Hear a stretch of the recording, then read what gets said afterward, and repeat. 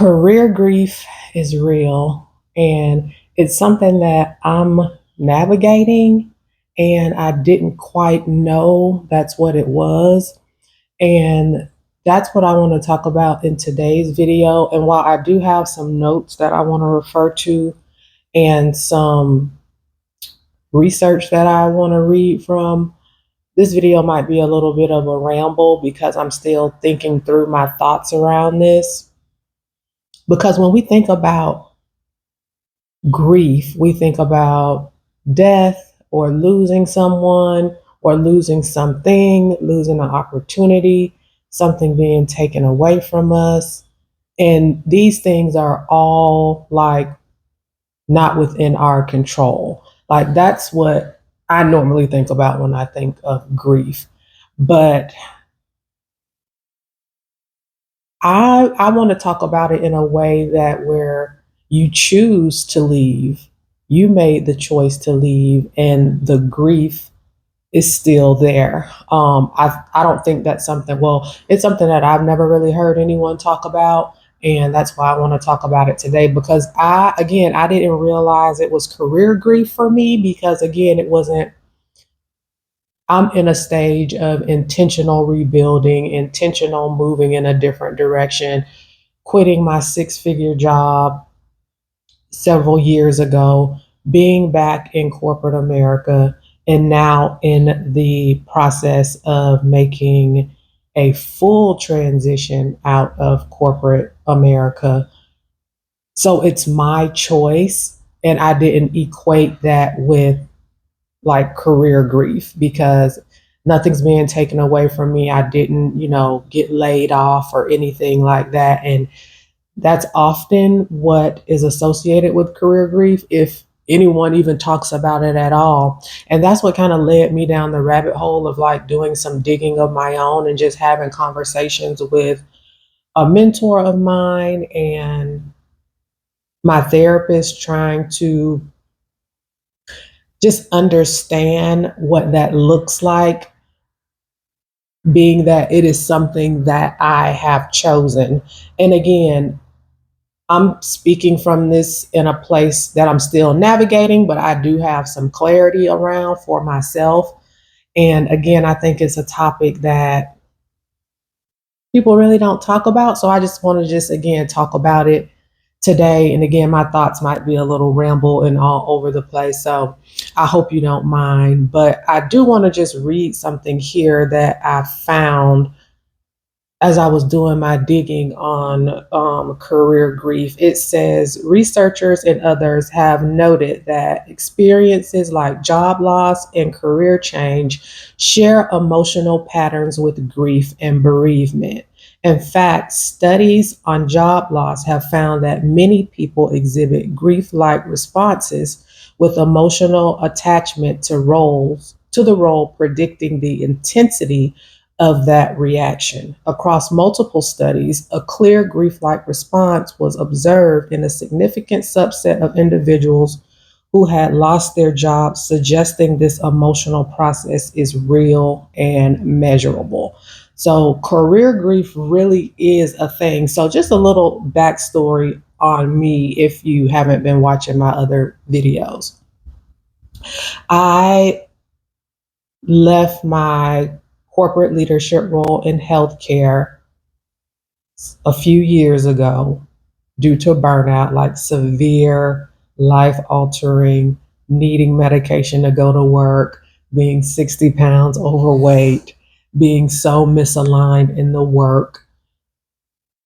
And it didn't start off that way, of course. I had worked really hard for this particular role, and it just the work ultimately became misaligned. I burnt out.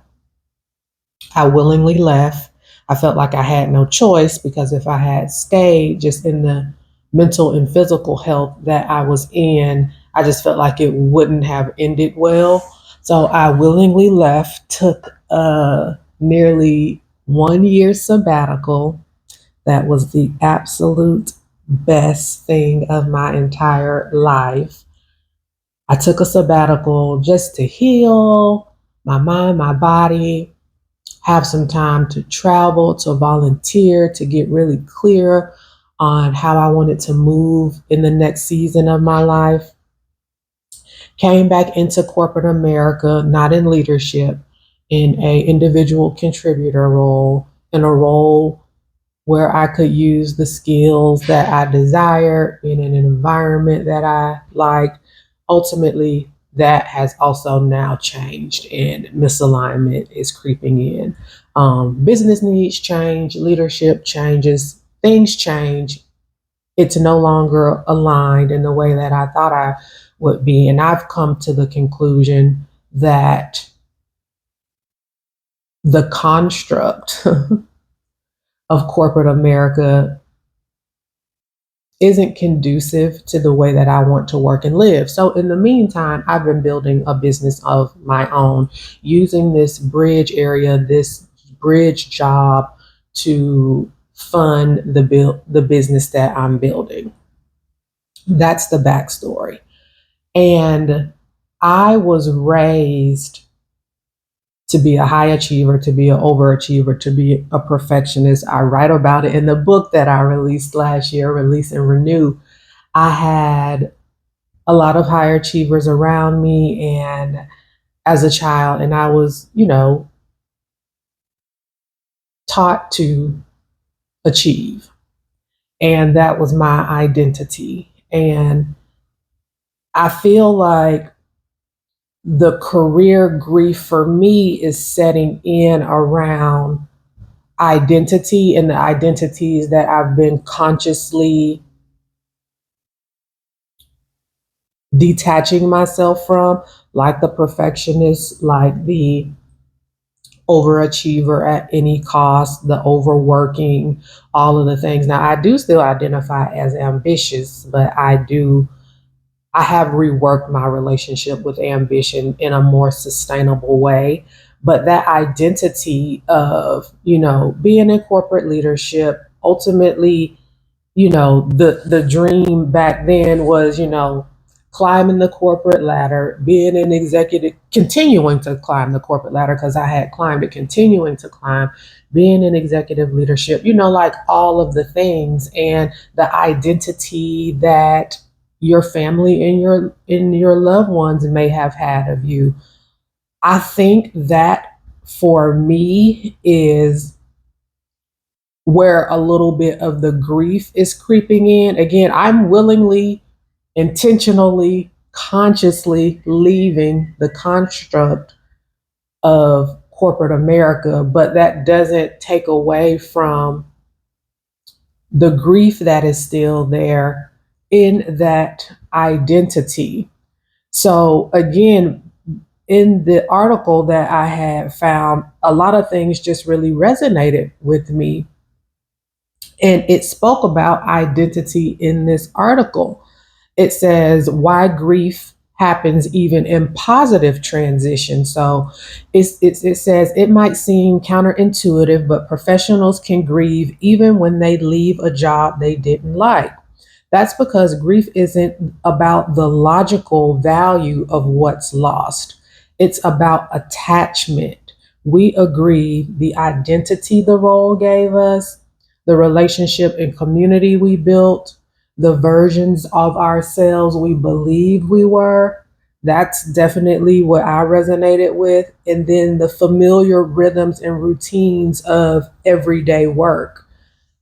So, again, just thinking about the word grief, you think about something being taken away from you out of your control. But I am in a space of intentionally moving out of this space and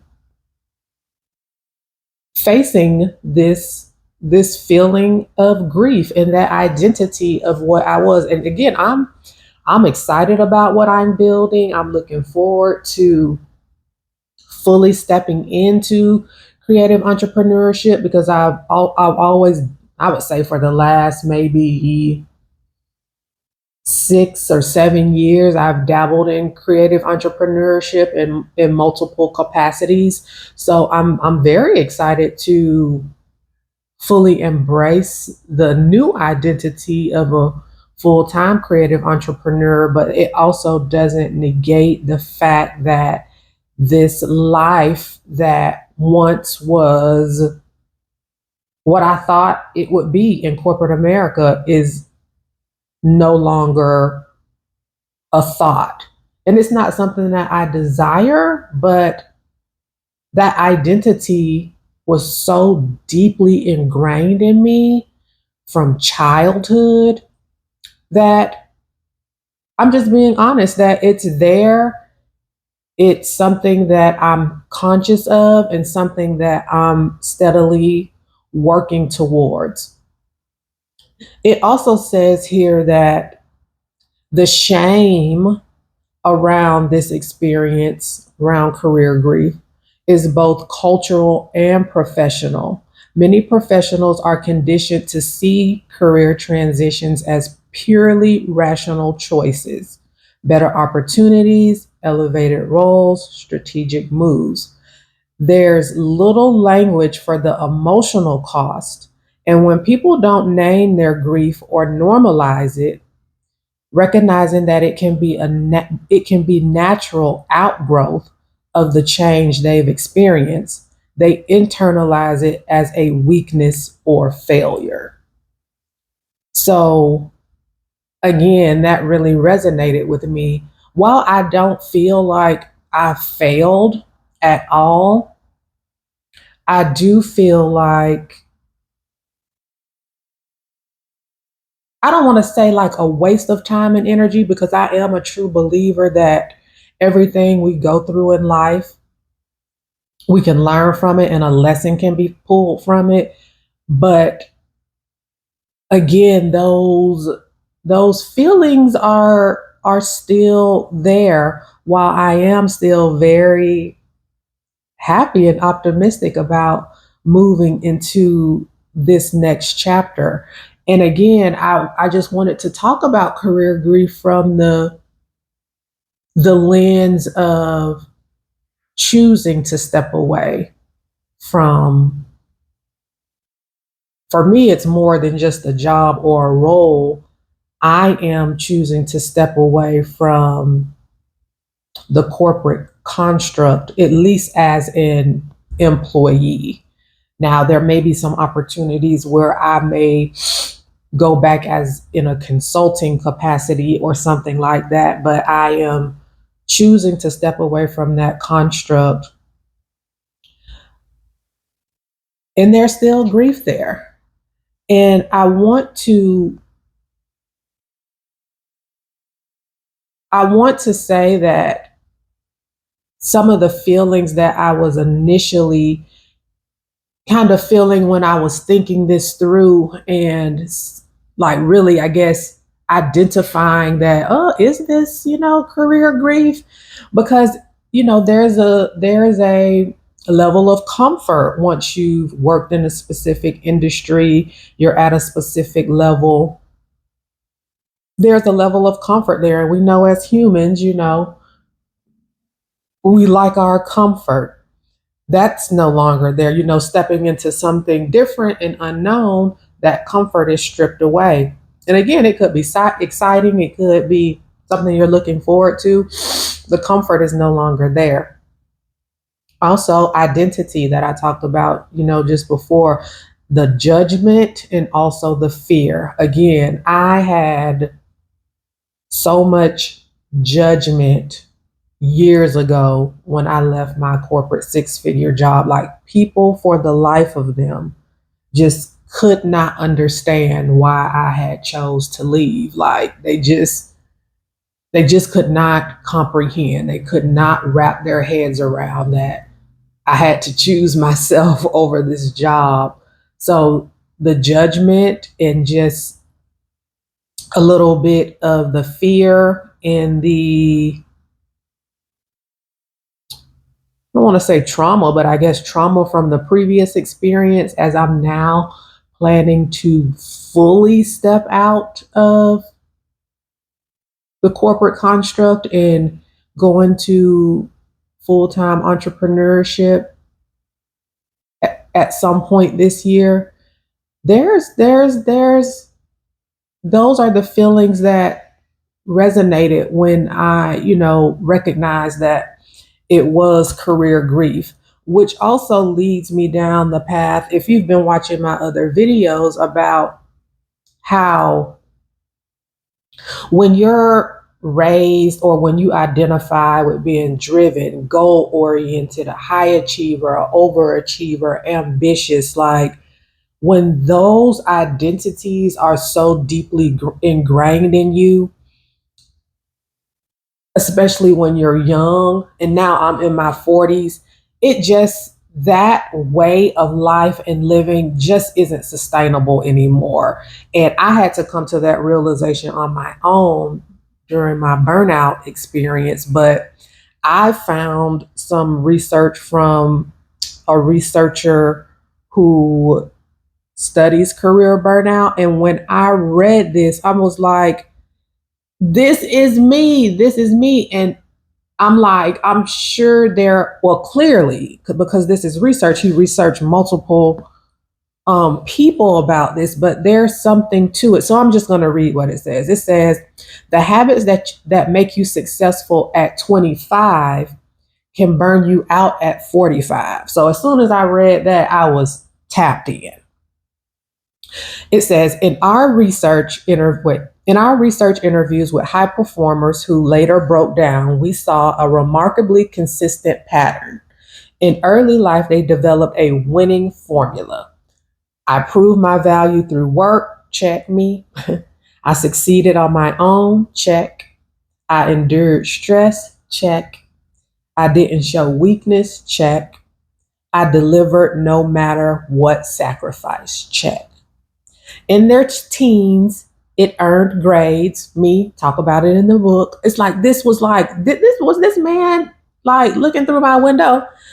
In their teens, it earned grades. In their 20s, it earned promotions. And in their 30s, it earned money and respect. All of that is true with me. All of that is true. The formula worked. So it became cemented not only as a way to work, but the way. Then life expanded. Marriage, kids, bigger roles, mortgages, aging parents, demands multiplied. But the formula did not evolve. When early signs of burnout appeared, exhaustion, irritability, low motivation, they responded the only way they knew how. They doubled down, they worked harder, they endured more. Let me just pause right there. It's like I've read this like 5 times because everything in here like so deeply resonates. The formula that created early success became the engine of mid-career burnout. And again, I had to come to this realization like on my own. And that's why I'm having these conversations now, because I feel like the more we talk about these kind of things, the more we might be able to help someone else like not have to go through some of the hardships when we're trying to make a living, find our identities, find work that we enjoy, that makes an impact, all of the things that deems us successful, but do it in a way that we don't have to sacrifice ourselves, our health, our well-being. So it goes on to say, in contrast, the high performers we studied who sustained success over decades did something different. And this is what I'm doing now, again, on my own, me just like trial and erroring these things, like not having this type of research, like not. Okay, they updated their formula. In their 30s and 40s, they revisited their values. I've deeply done that after my burnout. Established firmer boundaries, definitely. Broaden identity beyond their work, so true. Change how they worked, not how much. That is so good because again, we when you have that identity of like high achiever, high performer, all the things that he just read off is so deeply ingrained in us. And again, it happened for me. I started feeling and noticing the effects at 37, 38. And I made like the big change at like 39. Like that's when I left the job, started reevaluating my life, started doing things differently at 39. And now in my 40s, this is where I am getting rooted in this way of just living and working differently. That's the whole like discussion that I'm having, over these 100 days here on YouTube. They all kind of weave and blend into that, and me talking about it and maybe helping another woman rethink how they work and live. They rework their relationship with ambition and capacity and rest and creativity. And it goes on to say they still performed at high levels, often better, but they evolved. And all of that is so true. Again, I am the healthiest I've been, although I am in a corporate role that's becoming misaligned. I'm more aware of it, making the moves to exit. I'm building a business. So technically, I have changed the way that I work, but it has allowed me the capacity to still perform at high levels, but just better because I'm prioritizing myself. I'm not identified by the work that I do. My health and wellness come first. It says many ask themselves two simple questions: what matters the most at this stage of life, and what needs to change to align with that? Two simple questions. And although I had to go through that through several trial and error periods, it is really narrowed down to those two questions. And then it just wraps up with sustainable high performance requires periodic updates. Are you still running at the operating system you installed at 22? It may be time for an upgrade. And that just all resonated with me in how I'm navigating career grief. Like, that's just no longer my identity, even though I feel better, I look better, I'm healthier. That's still an identity that I had to allow to pass on. That's no longer who I am. And what I am finding on the other side, while I'm still navigating the career grief, there's definitely a higher level of self trust that I have.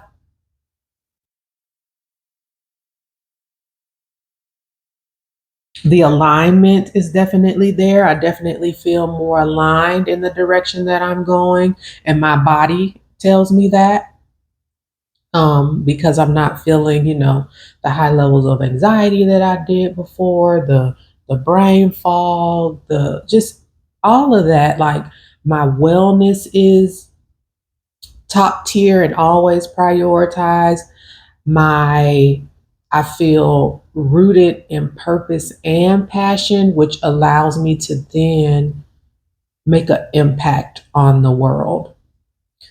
And as they said in the research, like, I just feel like fulfillment, desire, work looks different as we go into different seasons. And there is nothing wrong with that. We just have to be better at identifying it, and then not being afraid to step forward, go after it, leave old identities or old beliefs behind, and really step into the next season that is calling for us.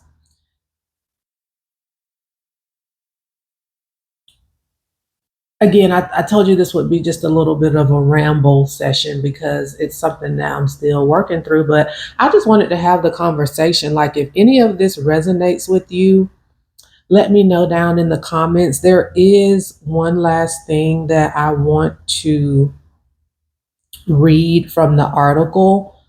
It says a new era of professional humanness. It says as careers become more fluid and people shift paths more frequently, the emotional terrain of work will matter more, not less. It's time to expand our vocabulary and attention beyond simply ambition, at any cost, and embrace resilient, supporting emotional experiences such as loss, grief, purpose, or meaning. Acknowledging career grief isn't a detour from success, it's a gateway to deeper, more authentic work lives and professional contribution. So, again, if any of this resonated with you, let me know down in the comments. Let me know if you've ever experience career grief, you think you've experienced career grief, or you think you maybe experienced career grief, and how you're navigating that season or how you've navigated that season in the past. I'm Erica Prevail, and I share daily conversations helping driven, purpose led women rework their relationship with ambition, capacity, rest, and creativity. I'll talk to you tomorrow. Bye.